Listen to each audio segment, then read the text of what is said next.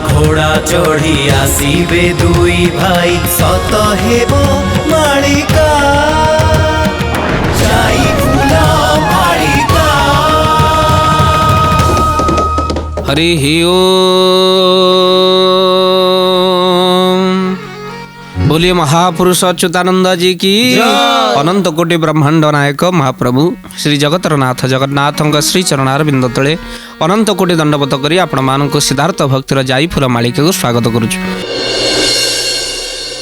भक्त बंधु आम मैंने आलोचना करुले पूर्वर महापुरुष तालपत्र पोथी 600 वर्ष तले जहाँ लिखिते केमिति गोटे पर गोटे से कथा सब सत्य हो चली। भक्त बंधु आज एक सुंदर कथा को नहीं आमर आलोचना महापुरुष जो पद कुह जाई फूल मालिकार शिष्य रामदास को कहते से पद को नहीं आम भक्त बंधु जो पदरे महापुरुष कहते कलिजुगे मनीष आउ दान पुण्य कई करेंगे ना आउ दान दबा को चिड़े किंतु दान नबा को हेले हाथ बढ़े कि ने भक्त बंधु एक कथा आम कहून महापुरुष अच्युत कहते कलिजुगे कौन हम महापुरुष बड़ सुंदर भाव कहले कहले दान पुण्य कथा केबे दान पुण्य कथा केबे दान पुण्य कथा केबे दान पुण्य कथा केबे मनरे थरेटे भाभी नथिबे लो जाई फूल से बहु कष्ट रे मरिबे से बहु कष्ट रे मरिबे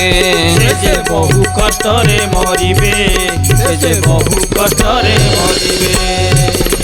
बोलिए महापुरुष अच्युतानंद जी की पहले कलिजुगे दान पुण्य कथा केबे दान देवार जो महत्व रही दान देवार जो पुण्य से कथा को सब लोक माने मनरू पोछि देबे।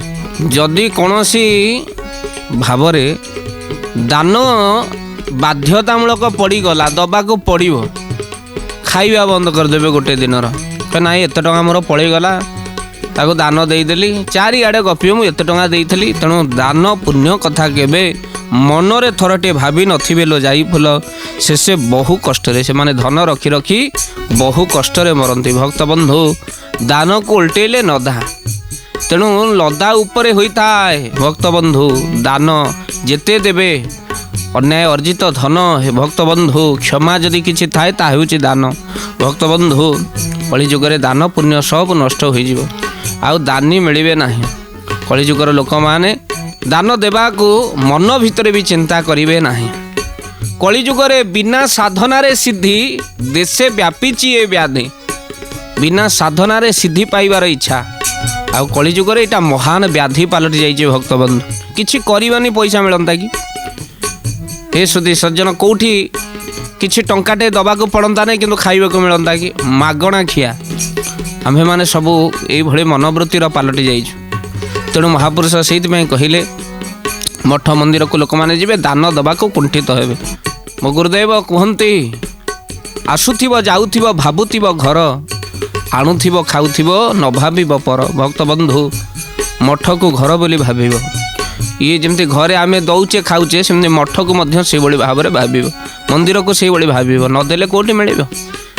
तेणु चेष्टा करिबा आम स्व अर्जित धन किछि भल कार्य लाभ से दान पुण्य कथा मन रहिबा कथा किंतु अनेक लोक संसार भितर जन्म हेबे दान कथा शुणिले जमिति ज्वर हो जाए से भावे आउ दान पुण्य कथा केबे मनरे थरटे भाभी नथिबे लो जाई फूल से बहु कष्ट रे मरिबे धन रखी रखी से धन को भोग करि परिबे। भक्त बंधु आम पूर्वर जो माने गलेनी से माने कोन प्रकृत धन नहीं कि जाइछंती के मनोबोध चौतीसा कोन कइले गलेनी तो संगरु जेते कजन गलेनी तो संगरु जेते कजन गंठी रे बांधी नेले के केते धन गंठी रे बांधी नेले के केते धन गंठी रे बांधी नेले के केते धन।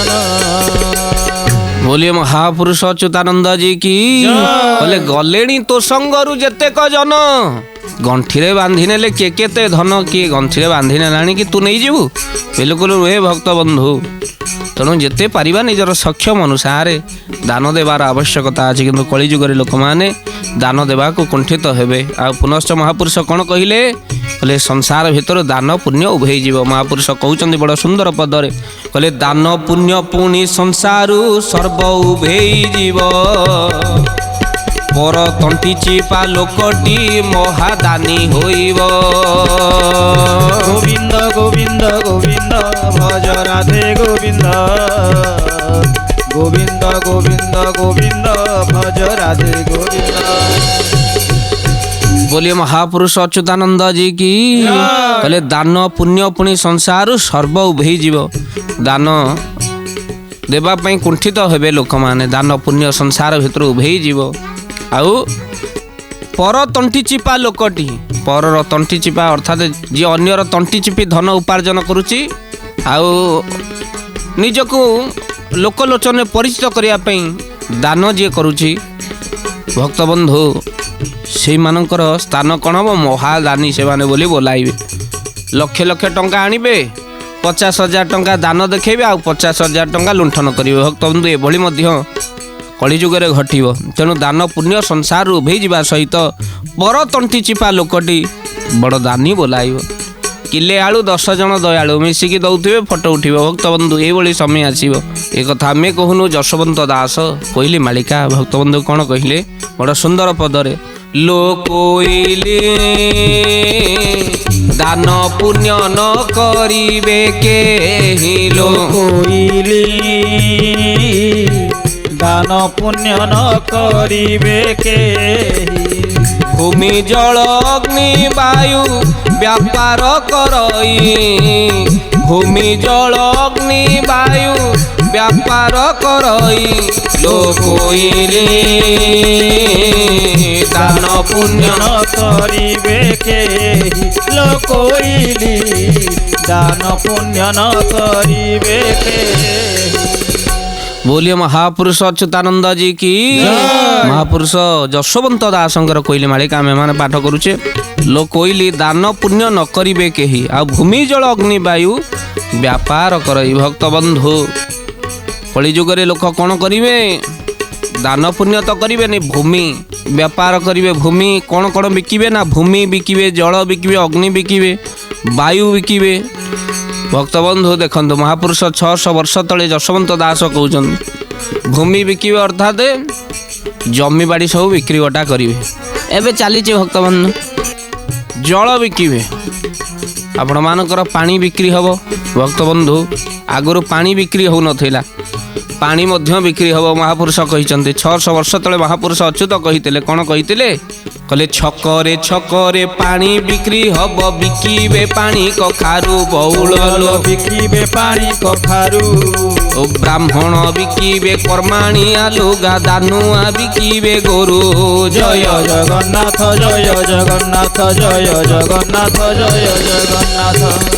बोलिए महापुरुष अच्युतानंद जी की जल को मध्य बिकिबे छकरे पानी बिक्री हबो बिकिबे पानी कखारु बिकिबा कथा न बिकिबे आउ ब्राह्मण बिकिबे कर्माणिया लुगा आउ दानुआ बिकिबे गोरु दान पाइथवा जिनस को बिकी देबे भक्तबन जजमान को जजमान पुणी ठाकुर ऊपर पके पुणी ब्राह्मण को दब भक्त बंधु ये भाव में चलो हे सुधी सज्जन आ ब्राह्मण बिकिबे कर्माणिया लुगा दानुआ बिकिबे गोरु दानुआ गोरु बिकिबे जहाँ को 600 वर्ष तले अच्युत कहले पुणी तो सहित अग्नि बिक्री हम वायु बिक्री हम वायु आपड़ के जानी बिक्री हम बोली किंतु एबे एते प्रदूषण बढ़ी गलानी जे 600 वर्ष तलर मालिका सत है वायु बिक्री हो अम्लजान थली सब बिक्री हो 100-200 टंका पवन किणी लोक मैंने दिन जाकर पवन सुस्थ पवन को ग्रहण कर 100-200 टंका दे पुनश्च आपण मैंने जड़े जड़े कहती एवं जो खाद्य पदार्थ सब छुआंकर सब आसूची विभिन्न प्रकार ता देहरे 5 टंकार जदि आपण जिनिस पाइबे नहीं 5 टंकार पवन पाइबे 10 टंका ता दाम पड़ी थब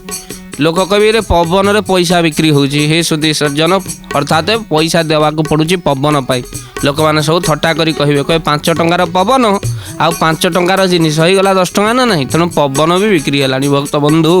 ଏଇଭଳି ଭାବରେ ମହାପୁରୁଷ ଯାହା ଲେଖିଥିଲେ ଗୋଟିଏ ପରେ ଗୋଟିଏ ସତ୍ୟ ହେଲାଣି। ଭୂମି ବିକ୍ରି ହେବ, ଜଳ ବିକ୍ରି ହେବ, ବାୟୁ ବିକ୍ରି ହେବ। ଭକ୍ତ ବନ୍ଧୁ ମହାପୁରୁଷ ଏ କଥାକୁ କହୁଛନ୍ତି। ଆଉ କ'ଣ ହେବ କଳିଯୁଗର ଆଗତ ଭବିଷ୍ୟତ ଆପଣମାନଙ୍କୁ ଆଗରେ ରଖୁଛୁ ଭକ୍ତ ବନ୍ଧୁ। ଆଉ କ'ଣ ହେବ ମହାପୁରୁଷ କହୁଛନ୍ତି, ଗୋମାତା ହଡ଼ା ହୋଇଲେ ବିକିବେ ବ୍ରାହ୍ମଣ ବାବୁ, ବିକିବେ ବ୍ରାହ୍ମଣ କଂସେଇ ଖାନାରେ କାଟିବେ ଯେ ସେ ଯବନ ବାବୁ, ଏବେ ସେ ଯବନ। बोलिए महापुरुष अच्युतानंद जी की। तेणु कलिजुगे गोमाता हड़ा होगले ब्राह्मण मैंने बिकिदेवे भक्त बंधु। गोशाला रे छाड़ी दिंतु आपण आखि आगे माटी किसी पैसा पाई गोमाता कटा हम आपन को कष्ट लगे भक्त बंधु। तेणु कंसेई खाना किंतु से दया कुआड़े पड़ेब, कंसेई खाना काटिबे जबन माने भक्त बंधु किसी पैसा पाई। आमे स्वभावे बोलाऊ हिंदू आम माँ को आमे गाड़ी ड्राइवर होइचे लदी की जो भली नहीं कि जाऊचे भक्त बंधु। आठ आउ कष्ट कौन अच्छी आखि आगे आमे से दृश्य देखुचु। आउ गोमाता केवल बंचिकी रहिबो बोली ता आखिरे लंका गुंड भरी दिया जाउछ। केवल छटपट छटपट हेई बंचिकी रहिबो। आठ आउ दुख कौन अच्छी भक्त बंधु। तेणु एभली भाव में गोमातार सुरक्षा हेउ आमर लक्ष्य, सारा सनातन धर्मेर लक्ष्य भक्त बंधु। तेणु कौन कहले कंसेई खाना जबर माने काटिबे। पुनश्च महापुरुष कौन कहले, कहले जल होई जीव दूषित पी मरिबे लोके, बड़ बड़ कोठा जलिब जली मरिबे थोके। गोविंद गोविंद गोविंद भज राधे गोविंद, गोविंद गोविंद गोविंद भज राधे गोविंद। बोलिए महापुरुष अच्युतानंद जी की। कहले जल होइजिव दूषित, पापर फल रे जल दूषित होइजिव। आमर कला कर्मर फल सब ड्रेन पानी आमे कौन दबा, नदी नाल परिपूर्ण करदबा। आउ मृत्तिका भीतर को जेतबेले जीव से जल गुड़िक दूषित जल पानी मध्य दूषित होइजिव। ताको पीला परे लोके मरिबे। आउ बड़ बड़ कोठा जलिब। आगको देखंतु एक कथा लिखि रखंतु। विराट विराट कोठा मॉल सब जली पाउंस होइजिव भक्त बंधु। जली मरिबे तो कि अनेक लोक पोड़ी जली मरीजे ता भितर रही। पुनश्च महापुरुष कौन कहले, कहले तंत्र मंत्र बहु करिबे स्वार्थ साधना पाई, पर झियो बहु हरिबे अर्धे हरिबे भूई। गोविंद गोविंद गोविंद भज राधे गोविंद, गोविंद गोविंद गोविंद भज राधे गोविंद। बोलिए महापुरुष अच्युतानंद जी की। कहले तंत्र मंत्र बहु करिबे स्वार्थ साधना पाई। बहुत लोक माने तंत्र मंत्र सब करिबे कौन स्वार्थ, पर झियो प्रति दृष्टि रहिबो, केमिति से झियो को मो स्त्री करिबी ताको औषध करिवे। आउ तंत्र मंत्र पेशिबे। आउ पर जमी केमिति निज नारे करिवे, सेति पई से माने कोन करिवे, तंत्र मंत्र आश्रय ने पर झियो बो हरिबे। आमे एक कथा कहूनु, अर्धे हरिबे भूई अधे निज नारे पट्टा पाहुति करिबा पई से माने कोन करिवे ना तंत्र मंत्र आश्रय नेबे।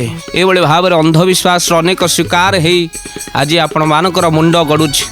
जमा अंधविश्वास स्वीकार हंतु नाही, प्रभुंक उपरे भरोसा रखंतु भक्त बंधु, सब ठीक हो।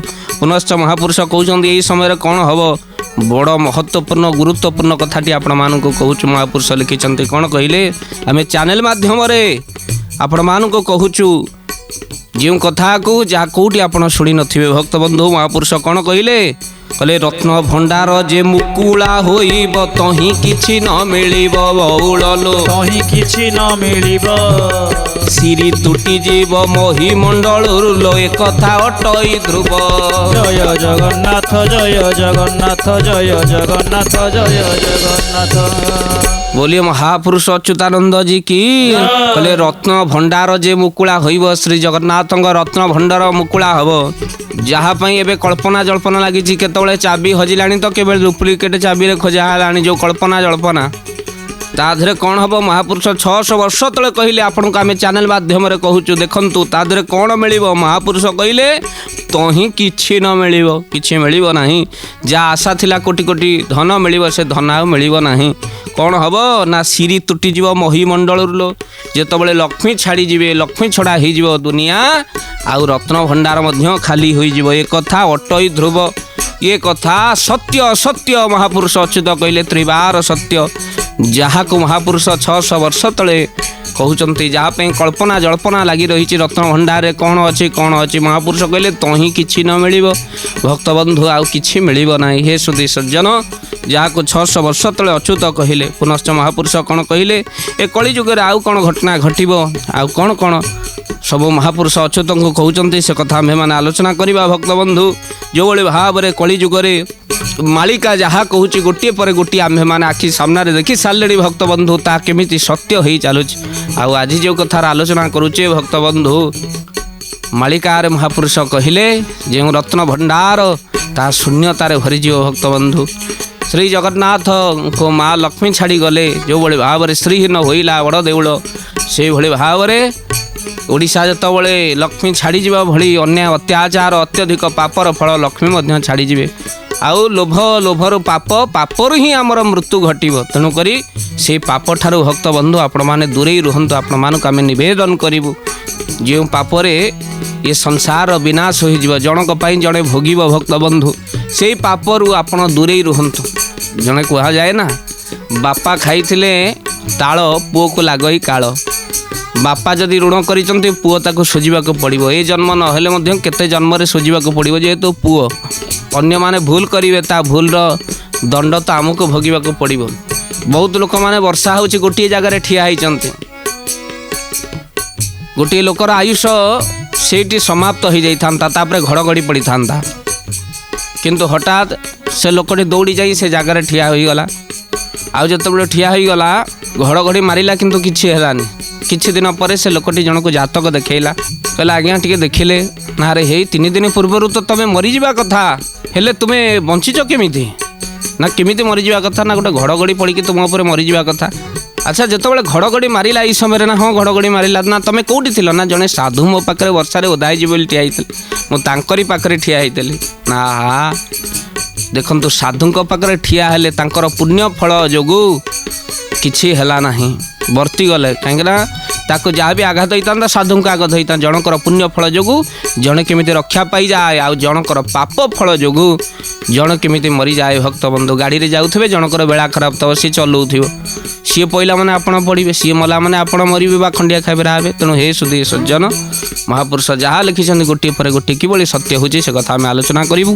କହିଲେ ବାସୁକି ପୁଣି କମ୍ପିବ, ବାସୁକି ପୁଣି କମ୍ପିବ, ବାସୁକି ପୁଣି କମ୍ପିବ, ବାସୁକି ପୁଣି କମ୍ପିବ। ସ୍ଥାନେ ସ୍ଥାନେ ମହି ଭୁଷୁଡ଼ି ଯିବ ଲୋ ଯାଇ ଫୁଲ, ଘୋର ଭୂମିକମ୍ପ ପୁଣି ହେବ, ଘୋର ଭୂମିକମ୍ପ ପୁଣି ହେବ, ଘୋର ଭୂମିକମ୍ପ ପୁଣି ହେବ, ଘୋର ଭୂମିକମ୍ପ ପୁଣି ହେବ। बोलिए महापुरुष अच्युतानंद जी की। बोले बासुकी पुणी कंपिब, पृथ्वी को धारण करिथिबा बासुकी कंपमान हबो। आउ मुंड हलाइले कौन हम, ये धरा दोहलिब, स्थाने स्थाने बही भुशुड़ी जीव। ए कथा को लेखि रखंतु, भूस्खलन जहाँ को कहते, स्थाने स्थाने पृथ्वी फाटिजीव, भूस्खलन हम। आउ कौन हम ना मही भुशुड़ी जीव, भुशुड़ी गला पर कौन हम, घोर भूमिकंप पुणी हम। अनेक जगार घोर भूमिकंप हम। भक्तबंधु महापुरुष ए कथा को जाई फूल मालिकार शिष्य रामदास कहते, यही घटना आगु को घटब, ए कथा को आप लिखि देखु, से को मिलेबे जे मालिका केते सत्य आगु कहुला, आउ ये कथा ए घटिला। भक्तबंधु महापुरुष ए कथा को कहते, बासुकी कंपिला बेले स्थाने स्थाने मही भुशुड़ी जाऊथिबो, पातालगामी होउथिबो माटी, आउ घोर भूमिकंप पुणी हम। भक्तबंधु पुनश्च आमे जिबा जशवंत दासंकर कोइली मालिका। महापुरुष कौन लिखिचंती, लो कोइली अकाल रे बहुत मरिबे, लो कोइली अकाल रे बहुत मरिबे, मनरे विषाद बही जीवन हारिए, मनरे विषाद बही जीवन हारिबे, लो कोइली ଅକାଳରେ ମହୁରେ ମରିବେ ଲୋକୋଇଲି ଅକାଳରେ ବହୁତ ମରିବେ। बोलिए महापुरुष अच्युतानंद जी की महापुरुष अच्युत कहिले लोकोइली अकाल रे बहुत मरिबे आउ मनरे विषाद बही जीवन हारिबे मनरे दुख भोगी कष्ट भोगी जहाँ को जड़े जड़े मन विज्ञानी कहती डिप्रेशन रो शिकार होई से माने कौन करिवे मनरे विषाद होई जीवन हारिबे आत्महत्या को बाछि नेबे सबुबले नीरव रही रही रही मृत्यु को बाछि नेबे। हे सुधी सज्जन ए घटना घटिब आगक आगक आपण देखंतु भल भल नेता भल भल अभिनेता डिप्रेशन शिकार होई कौन करिवे मृत्यु मुखरे पड़िबे बा आत्महत्या को बाछि नै जिवे काहाठू अपमान पाई हो बा टंका लॉस हो ना कौनसी प्रेम रे विफलता हो भक्त बंधु आगक ए घटना घटिब अनेक अनेक महान लोक मध्य मृत्यु मुखरे पड़िबे मनरे विषाद होई जीवन हारिबे आत्महत्या को बाछि नेबे कथा लिखि रखंतु भक्त बंधु तेणु बहुत आत्महत्या करेंगे आउ कहीं ना एमती समय आसब तेरे घर तो मोबाइल सेट है तेरे घर तो हैंडसेट है तेरे घर तो सोफा सेट है फिर भी तू अपसेट है भक्त बंधु आम सब बड़े अपसेट ही रहिबा एमती समय आसी जो भक्त बंधु कहीं ना महापुरुष कहले कलिजुगे मन सब बड़े अस्थिर ही रहिबो आउ स्थिरता आसबन क्या मन रे आउ स्थिरता आसबन ये बसते उठी धाई पड़े पुणी आसी ये बसीजे कौन कथा मन पड़ अति अस्थिर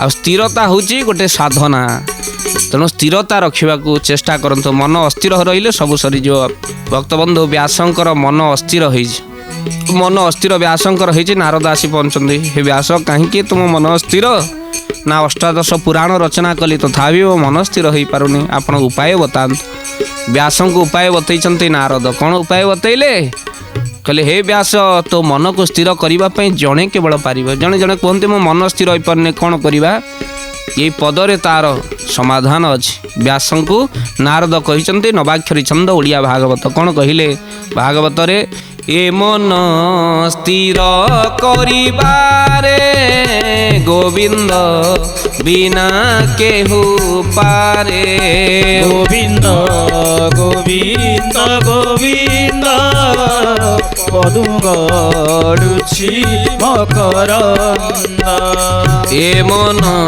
स्थिर करिबारे गोविंद बिना केहू पारे गोविंद गोविंद गोविंद पदु गड़ुछि मकरंद। बोलिए महापुरुष अच्युतानंद जी की बोले मन स्थिर करिबारे गोविंद बिना के संसार प्रभु किए आउ ता बिना किए पारिबो ए मन को स्थिर करिबा पाए तेणु ये मन से गोविंद पाखरे अर्पण कर दियंतु ना ये कर्म करि चलंतु फलटा ताको समर्पण कर दियंतु ना भक्त बंधु से सब किछि शुणे किंतु ताको डाकिला वालार से भली भाव रहिबा दरकार से सब किछि खाए खुआइला वालार से भली भाव दरकार भक्त बंधु से देखि पारे ता आखि सामना को आसीबा से भली योग्यता थिबा दरकार भक्त बंधु से प्रभु को प्रार्थना करिबा ए मन स्थिर कर दियंतु प्रभु नइले अनेक अस्थिर मना होई अनेक लोक मरिबे भक्त बंधु पुनश्च महापुरुष कौन कहते आम परवर्ती अध्याय श्रवण करवा मालिकार जहाँ लिखाई ता गोटे पर गोटे किभली भाव में सत्य होची से कथा को आलोचना करवा जाइफल मालिकार महापुरुष अच्युत कौन कहते आगक आगक भयंकर स्थिति कलिर किभली भाव में उपजीव आउ जहाँ मालिकार महापुरुष कहते गोटे पर गोटे किभली सत्य हो चली से कथा को आम मैंने आलोचना करवा भक्त बंधु आज समय संकेत आपण मान पाखे विदाय नवा महाप्रभुंकर दुई नाम संकीर्तन अति भावर्ष कहवा नाम संकीर्तन कले सर्व पाप विनाश हो जाए भक्त बंधु आउ कलिजुगे नाम सार नामटी साक्षात ईश्वर पुनश्च महापुरुष अच्युत शिष्य रामदास को क्यों सब कथा सब कही से कथार आम आलोचना करवा कलिजुगे आगक आगक कौन कौन घटब मालिका केते सत्य जाई फूल मालिका प्रतिदिन आपण मैंने देखु दुई बार नाम संकीर्तन बाणिक विश्राम ओम कृष्ण मधुसूदन वासुदेव जनार्दन ओम कृष्ण मधुसूदन वासुदेव जनार्दन ओम कृष्ण मधुसूदन वासुदेव जनार्दन ओम कृष्ण मधुसूदन वासुदेव जनार्दन ओम कृष्ण मधुसूदन वासुदेव जनार्दन ओम कृष्ण मधुसूदन वासुदेव जनार्दन ओम कृष्ण কৃষ্ণ মধুসূদন বাসুদেব জনার্দন ওম কৃষ্ণ মধুসূদন বাসুদেব জনার্দন। बोलिए महापुरुष अच्युतानंद जी की